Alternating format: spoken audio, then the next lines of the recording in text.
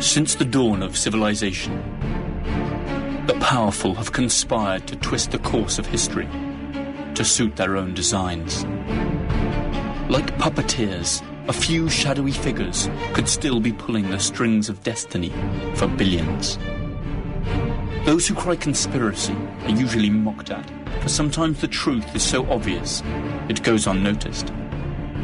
Are those merely paranoid fantasies cooked up to feed the appetite of paperback readers and web surfers, but which bear no relation to reality? Or are we living out some perfectly executed plan? Wars, revolutions, social movements, terrorist attacks. Everything is given an official explanation. But perhaps nothing is what it seems to be. Let's dare to unveil the incredible world of secret societies. Of all the secret societies we know of, there is one that stands out from the rest due to certain characteristics that make it especially menacing. Its treacherous tenets, the scandal and the paranoia they've unleashed. More disturbing, the suspicion that since its creation, it has intervened in each and every major world event that has steered the course of history. The Illuminati of Bavaria, the most fearsome secret society in history.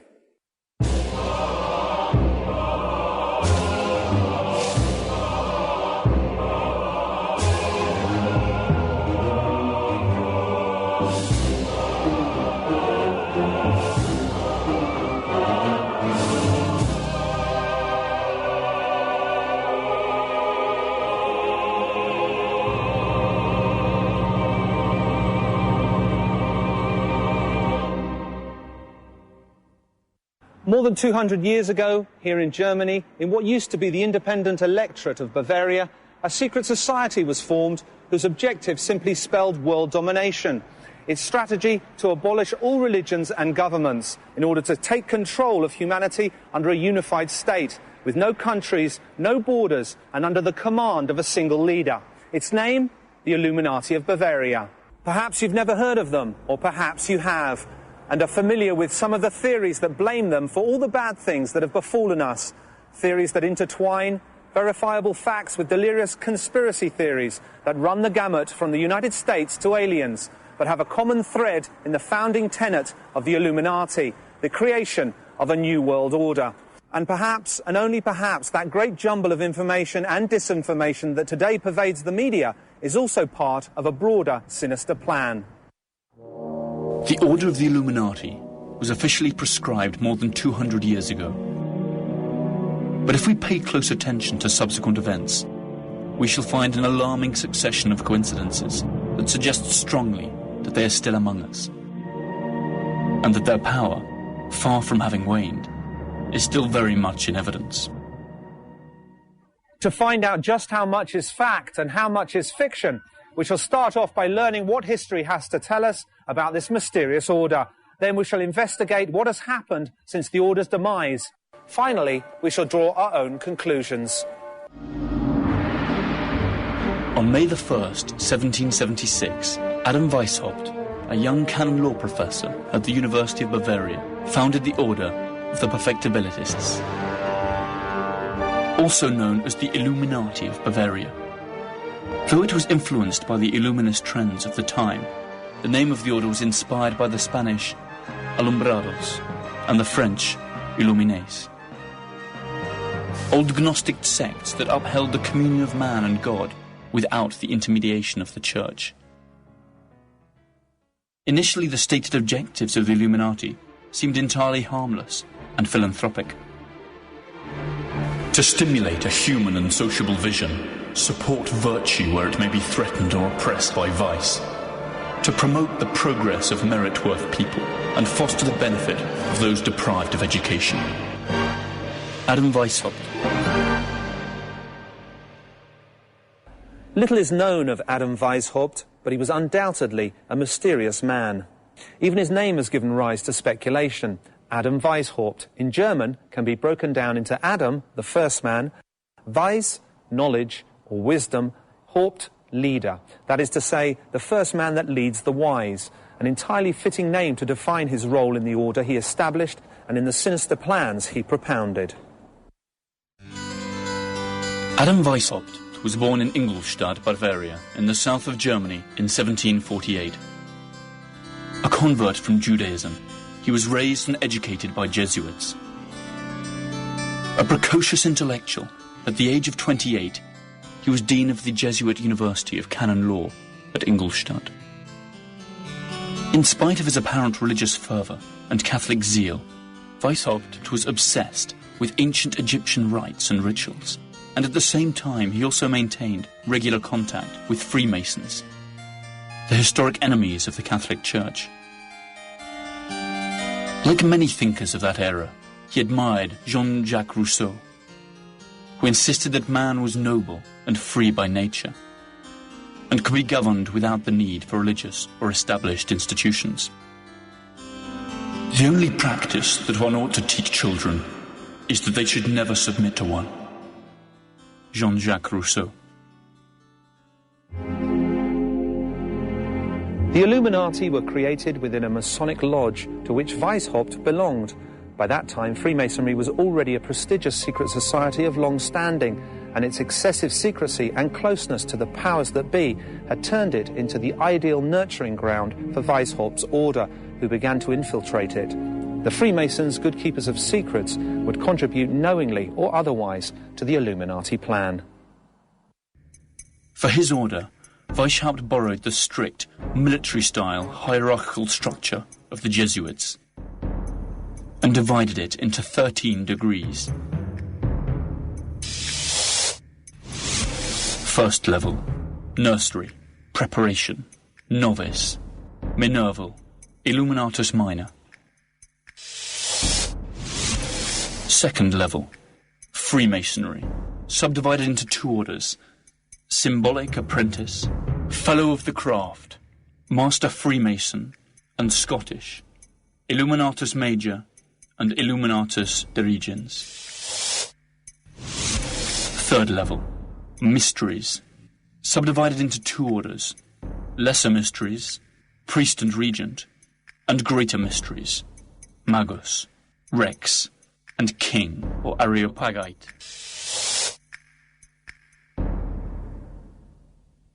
Curiously enough, the order was an incomplete structure. There were many minorvals, but the higher hierarchies were never completely filled, and they only existed in Weishaupt's mind, who proclaimed himself king, or areopagite.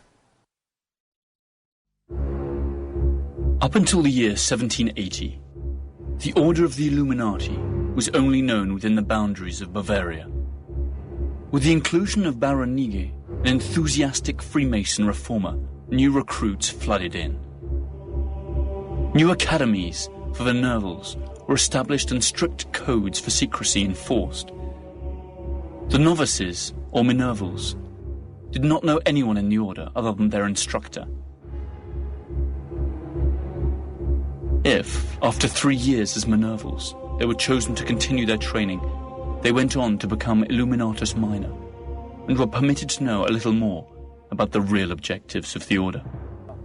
Weishaupt designed for his order a complex system of codes and aliases that seemed to pre-announce a strategy that would allow them to continue working underground sometime in the future. The Illuminati became a true secret society within another, that is, within Freemasonry itself. It soon became clear that the true objectives of Weishaupt and his Illuminati went far beyond simple altruism. The order was symbolized as a letter O with a dot in the center. Everyone assumed pseudonyms inspired by Roman and Greek history. Adam Weishaupt, Spartacus. Baron Nige, Philo. Franz Xavier Zwack, Cato. Marquis of Costanza, Diomedes, and so on. Cities and regions also received coded Hellenic names: Munich, Athens; Frankfurt, Thebes; Bavaria, Greece. Letters were coded with numbers in the lower degrees, and with hieroglyphics in the higher degrees. Just 7 years after he had founded his order, Adam Weishaupt boasted of having more than 600 followers in Bavaria alone, and many more in the rest of Europe. The order attracted influential people, including nobles and members of the clergy. Paradoxically, active members of the Catholic Church could be found among the ranks of the Illuminati. Perhaps these recruits were open-minded members of the clergy who had been attracted by the order's modernizing and humanistic views. But it seems equally likely that the Catholic Church had decided to infiltrate the order in order to learn more about its true objectives. If this were the case, the results were soon plain to see. The order of the Illuminati spread across Europe like wildfire, and soon the powers that be, the Catholic Church and Freemasonry itself, tried to put a limit to its expansion. Adam Weishaupt went into exile and worked underground, his secret files exposed and his true motives discovered. But the Brotherhood had already dispersed, and all its branches were prepared to act anonymously and in utmost secrecy. In 1790, the Order of the Illuminati had officially ceased to exist in Bavaria, Prussia, and the other domains of which is now modern Germany. But perhaps their disappearance was little more than a charade. After all, a secret society is born to act in the shadows, and when it is discovered, it must die in order to go on living. The order itself could perish, but not its objectives. The Illuminati fire had started, and it would be unstoppable. To return to man his fundamental rights of equality and liberty, we should begin by destroying every religion and every civil society, and finish abolishing property. Adam Weishaupt.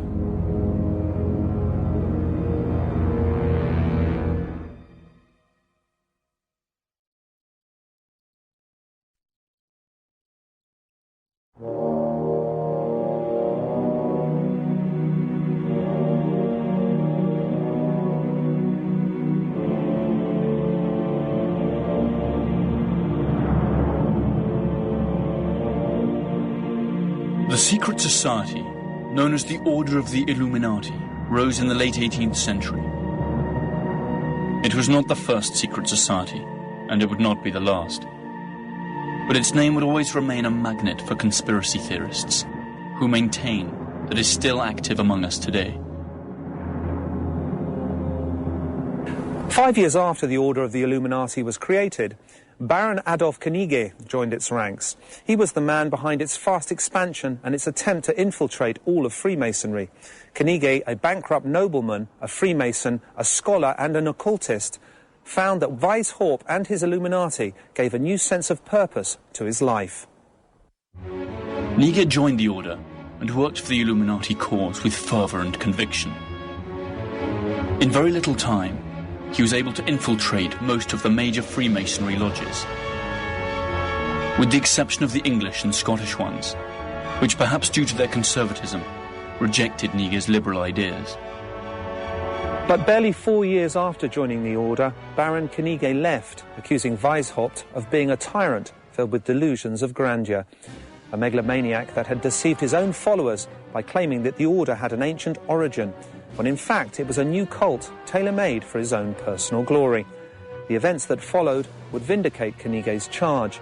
The innocent and charitable order of the Illuminati had deceitful objectives, and now, thanks to Knigge's contribution, it also had the capacity to achieve them. A short time after Knigge's desertion, Bavaria was buzzing with rumours that a certain secret order was aiming to put an end to established order and organised religion, and to create a new world order under a single unified government. This information could only have come from either Knigge himself or from those Jesuit infiltrators who had certainly witnessed strange initiation rites. A great deal has been said about the rituals of secret societies. The Illuminati were no exception. Perhaps the Jesuits who witnessed them decided it was time to act up. As a result of their testimony, the Catholic Church forced the Elector of Bavaria to ban the order. There were 3 rooms. In the last one there was a richly decorated red throne. On the other side there was a table with a red tablecloth, upon which lay the garments of the regent, a white leather cuirass with a red cross and a white cloak with another red cross.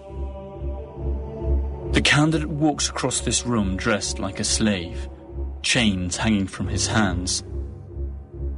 And the regents say "Stop! Only free men can enter." And the defenders respond, "He is free. He has fled from his oppressors to join the Brotherhood." The room was red and brightly lit. The provincial was seated on the throne, and the other regents were in the middle room. The first room was black. It was used for the preparation of the novice, and in the centre upon a platform there was a human skeleton, at whose feet lay a crown and sword. What do you think of these sad spoils? Was he a nobleman or a peasant? The correct thing to do was not to answer. The candidate received the explanation. The human condition is the only thing that matters. After that, the candidate took the oath. From a distance, these rituals seemed to be rather naive, and Weishaupt's objectives unobtainable, even risible. But if we continue to analyze the historical events that followed, our laughter might turn to a horrible grimace. In 1783, 4 professors of the Marianus Academy were interrogated at a court of law on account of their belonging to the order. All eventually admitted that the Illuminati abjured Christianity, defended sensual pleasures, liberty, equality, and the right to commit suicide. The confession was made public and caused a tremendous uproar. How much had the heretics infiltrated the society? What was the reach of their plans for world domination? Who really were these enemies of church and state? The Elector of Bavaria intended to eradicate this evil as he perceived it, and passed a law prohibiting every kind of secret meeting, a measure that, unfairly or not, affected all of Freemasonry.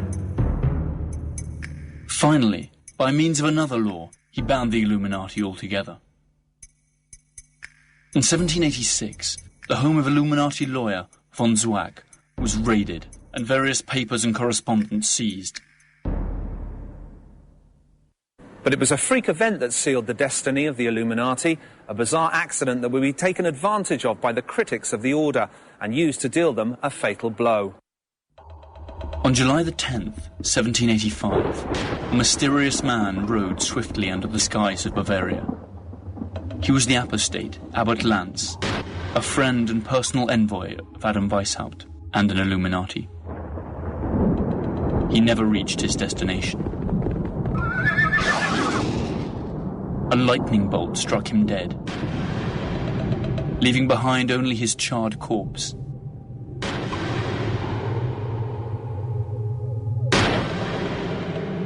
Curiously, the papers that he carried were not affected by the fire. When the authorities went through his sack, they found letters and documents that further incriminated the members of the order. Thus Weishaupt could not avoid the disclosure of his true objectives, together with confidential information about his order's most important members. His plans for world domination and the abolition of the state, religion and private property, all penned in his very own handwriting, had come to light. Thus began the Illuminati panic, never to end. The episode of the lightning-struck rider sealed the fate for the Illuminati. Their world seemed to be coming to an end, but the facts that followed showed that in spite of these setbacks, Weishaupt's influence remained in full force and made him practically untouchable. In 1785, Weishaupt was dismissed from his university and expelled from Bavaria. Amazingly, instead of sending him to prison, the authorities offered him a compensation payment of 800 florins per year, which he rejected. Weishaupt went into exile, avowing that the order would return 10 times more powerful. Whether or not he kept his word is still a matter for speculation. Bearing in mind the charges that were levied against them, the lightness of the sentences passed is quite suspicious. Some even had the good fortune to be compensated with ready money. Perhaps the order already had enough political and economic leverage to press on the authorities. The fact is that their enforced exile had an unwanted consequence: the dispersion of the Illuminati to the 4 corners of the globe. Adam Weishaupt found a safe haven in Regensburg, where he published a pamphlet in which he clarified the charitable principles of the order. He then took up residence in Gotha, whose duke was an Illuminatus. The official story says that he abandoned all political activity and made his peace with the Catholic Church.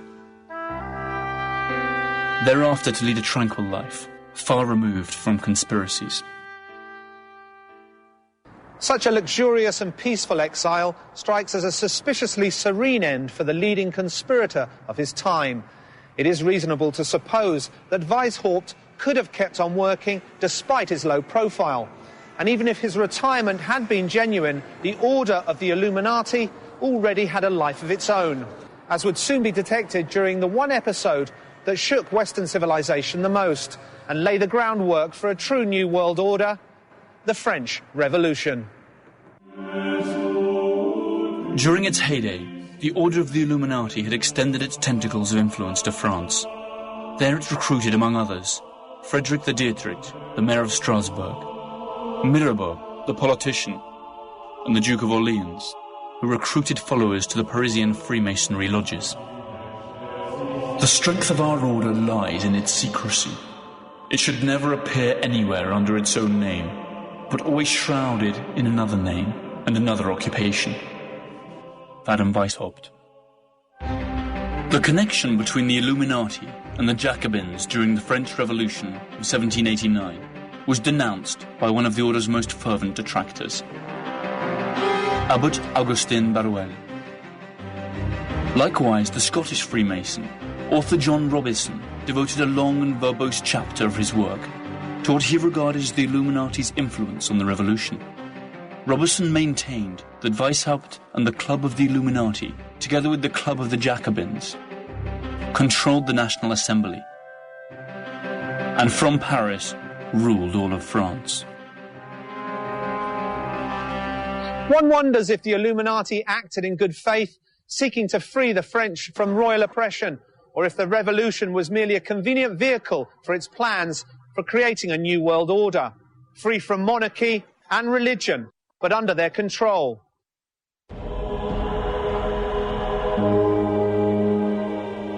Little more is known about the order, since all the files related to it were conveniently destroyed during Allied bombing of German cities during the Second World War.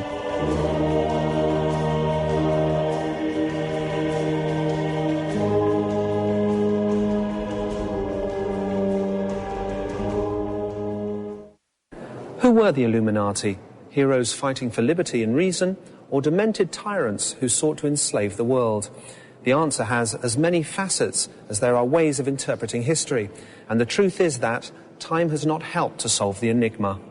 A short time before its apparent disbanding, the Order of the Illuminati had lodges in more than 25 European cities, from Munich to London, including Vienna, Paris, and Naples.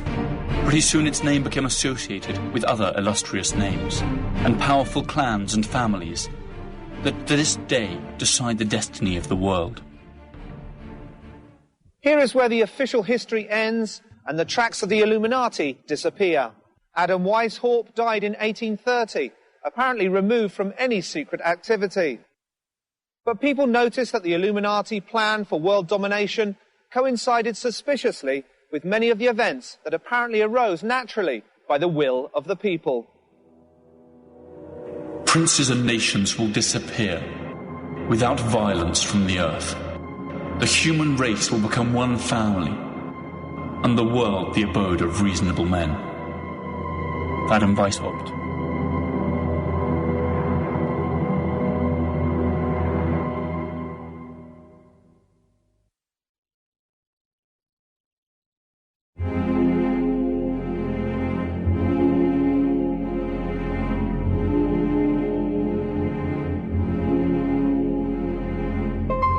Up until its apparent dissolution in 1790, the Order of the Illuminati boasted members in all the important European cities.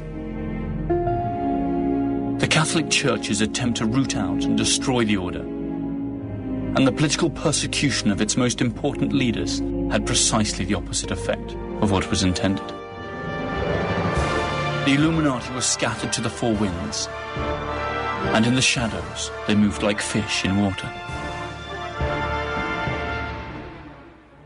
Even after the apparent dismissal of the order, there were many who doubted that they had really ceased to operate. Their infiltration had been so widespread that every Freemason could now be suspected of being an undercover Illuminati. So the whole of Freemasonry was proscribed, and there was more to come. The order's reputation quickly spread to the New World. Books by Abbot Augustine Burrell and John Robison alerting the world to the imminent Illuminati peril were published in the recently founded United States, generating panic among their readers. The paranoia had crossed the Atlantic. In 1776, the year in which Weishaupt founded his order and began to infiltrate Freemasonry, the United States declared its independence. Many of its founding fathers were Freemasons. It is not known if some of them were subsequently recruited by the Illuminati. What is known is that many American religious communities felt threatened by the freedom of worship guaranteed by the new Constitution, which they denounced as part of an Illuminati conspiracy. In 1798, when the second president of the USA, John Adams, established May the 9th as a day of fasting and worship to implore the heavens' mercy and blessing for the imperiled nation, fingers were pointed at the order founded by Weishaupt, and a wave of panic flowed across New England.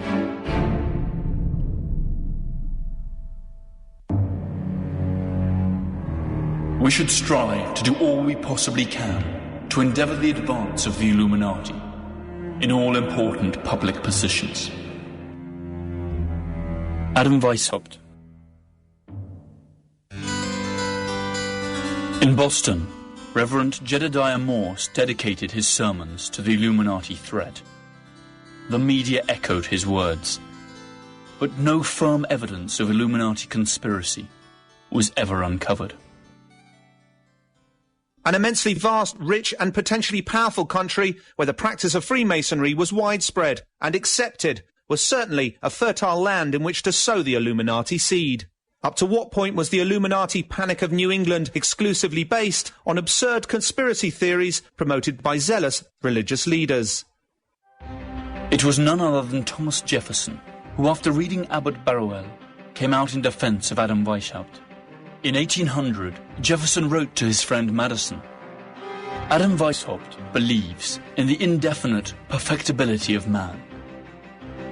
He thinks he may in time be rendered so perfect that he will be able to govern himself in every circumstance, so as to injure none, and to do all the good he can, to leave government no occasion to exercise their powers over him, and of course to render political government useless. This, you know, is not far removed from our own ideals." Jefferson's main opponents, the Federalist Party, founded by Alexander Hamilton, proclaimed that Jefferson, as well as the Democratic Republican Party, were all controlled by the Illuminati. Nothing was ever proven. Jefferson's party is the forerunner of the Democrats and Republican parties that today take turns to govern the USA. The Illuminati paranoia faded out in the 19th century, but almost 100 years later it was reborn, stronger than ever. In the early 20th century, English right-wing writer Nesta Webster stated without offering any proof that since 1786, a lodge of the Order of the Illuminati had become established in Virginia and 14 other American cities. According to her, this had given rise to a hidden theocracy of Jews, Kabbalists, Masons, anarchists, Illuminati, occultists, and heretics. With her ignorance and racism, Nesta Webster contributed to a renewal of interest in the order she manifestly abhorred, and formally introduced anti-Semitism as an important element in conspiracy theorizing. Sadly, no conspiracy theory is worth its salt if it does not include the Jews in it. The writings of Nesta Webster may have stoked the flames, but the fact remains that long before that, and long after, theories of world domination have always included economic power, especially international banking, an activity that is often exclusively and mistakenly attributed to Jews. And the Illuminati conspiracy was no exception. Many authors of supposedly serious history books uphold the idea that international banking is in the hands of the Illuminati Jews, who for centuries have financed both sides fighting wars in order to create anarchy and chaos, a state of affairs that would, in their view, inevitably lead to a new world order, which the Illuminati would come to control. The bête noire of these conspiracy buffs is the Rothschild clan, immensely powerful and conveniently Jewish. History tells us something different. The only connection between the Rothschild clan and the Illuminati is that the patriarch of the Rothschild clan, Amsel Meyer, had, among many other clients, Prince William of Hesse, who seems to have been one of the first members of the Order of the Illuminati. Though it's true that the Rothschilds, in common with almost all European bankers, financed wars and revolutions, this activity, though morally questionable, does not constitute evidence that they were world conspirators or Illuminati. There is no proven connection between Jews and the Illuminati. However, in the early 20th century, another English writer, Lady Queensborough, proclaimed and denounced the existence of a global conspiracy in which Jews and the Illuminati played a key role. Her books, though poorly researched and devoid of proper evidence, were widely read at the time, a period which we should not forget coincided with the rise of Adolf Hitler and the slaughter of 6 million European Jews, among other victims. In spite of the conspiracy theories that link Judaism, international banking, world domination, and the Illuminati, Weishaupt himself wrote, "Jews, pagans, women, monks, and members of other societies are excluded from the order." The vast majority of Illuminati were Christians by birth. Many of them were drawn from the nobility, and were even clergymen. Women and Jews were only to be accepted in separate lodges and academies. In spite of this, it has frequently been claimed that the protocols of the learned elders of Zion, an anti-Semitic rant drawn up by the Russian Tsar's secret police, is in reality the literal transcription of a discussion of Illuminati Congress, where a group of Jews outlined plans to take over the world. Adolf Hitler used this libel to stoke hatred against the Jews, and even denounced a Jewish Masonic conspiracy. The curious thing is that many of the very same authors and conspiracy hunters who attack Jews and Freemasons do not hesitate to accuse Hitler himself as a covert Illuminatus, together with Stalin and Marx, and finally end up putting in the same bag Marxists, Bolsheviks, bankers, Jews and Nazis, a decidedly unlikely mix. Jews have not been the only ones to be singled out. The Illuminati have also been linked to a larger or lesser degree with whatever bogeyman persecution mania the human mind can concoct. Terrorists, demons, even extraterrestrials. And it is here where information blurs into disinformation. In 1976, a writer named Des Griffin tried to revive the belief that the origin of the Illuminati is the rebellion of the Lord's angels and the expulsion of Lucifer. The name Lucifer means him who brings light, just as the word Illuminati means the illuminated. A thesis that not even Weishaupt himself could have dreamt up. Other authors believe that the Illuminati obsession with power can be traced to our reptilian brain, the brainstem that controls our impulses, and in some few incoherent sentences conclude that the Illuminati are really galactic reptiles disguised as human beings. A search on the internet for the words New World Order produces more than 1,400 million web pages, most of dubious content. So much disinformation and stupidity is eye-catching. Why are there so many theories dedicated to the minuscule group of conspirators who supposedly disappeared more than 200 years ago? What if the paranoid are not totally wrong? After all, we compare the world in 1790 with the world today, the main Illuminati objectives have been achieved, or have at least been set in motion. Coincidence? Or is it that this wealth of conspiracy theories is just serving the purpose of drawing our attention away from certain irrefutable facts? We shall direct all of humanity, secretly. We will influence all political transactions. Adam Weishaupt.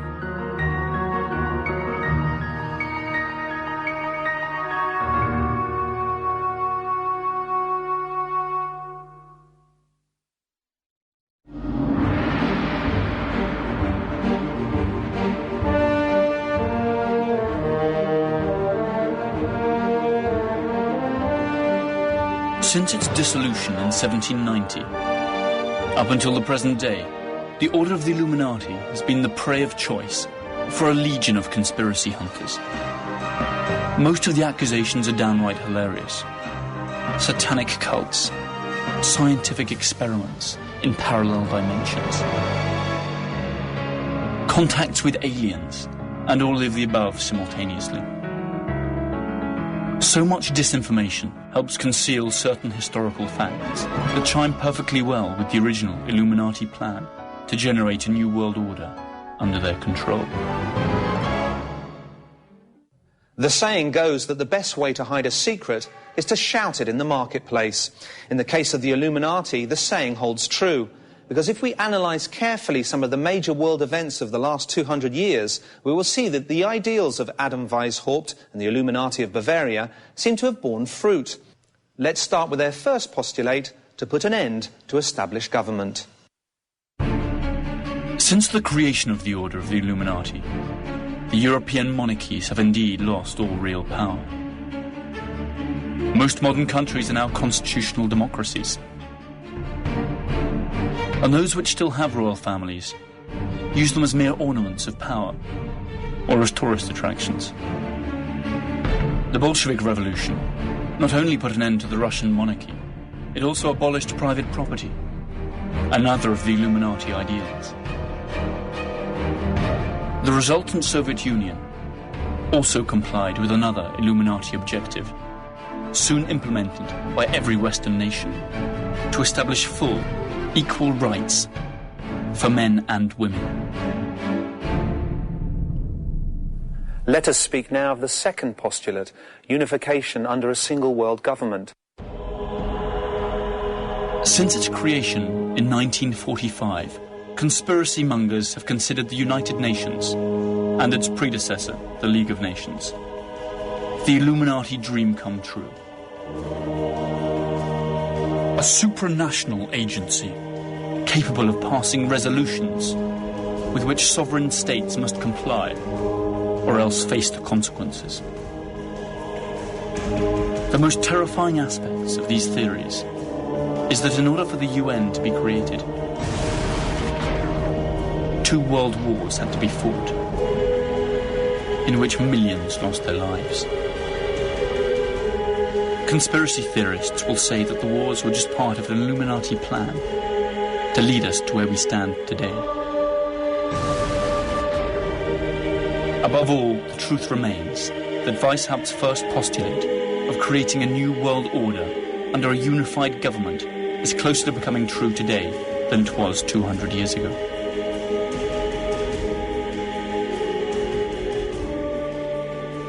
And what about the third objective of the order? To put an end to religion. When Weishaupt spoke of religion, he spoke of the established religion in Europe, Christianity. So what of Christianity today?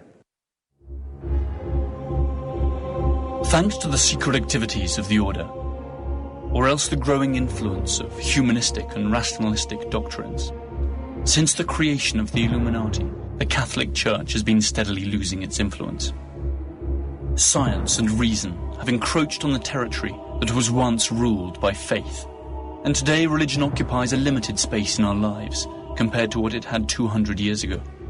A space that is continually contracting thanks to ephemeral but more contemporary styles of worship that attack the central tenets of Catholicism. Abortion, euthanasia and divorce, only the most visible symptoms of a structural weakening of the once almighty Church of Rome. And finally, a new world order. Isn't this precisely what globalization proposes? Globalization itself seems like an Illuminati dream come true. Free flow of capital, free flow of information. The sensation that each time we are more in control of our own decisions. But all of it, capital, information, servers, internet, is in actual fact manipulated by a single world power. Are we living in a world designed by Adam Weishaupt? The next logical question is, who is the leader of the Order of the Illuminati today? Who are Weishaupt's successors, if indeed they exist? Many groups have claimed to be the heirs of the Order of the Illuminati of Bavaria. Usually these are sects or small groups that few people take seriously and do not pose any threat. That is why conspiracy mongers aim in another direction. The United States.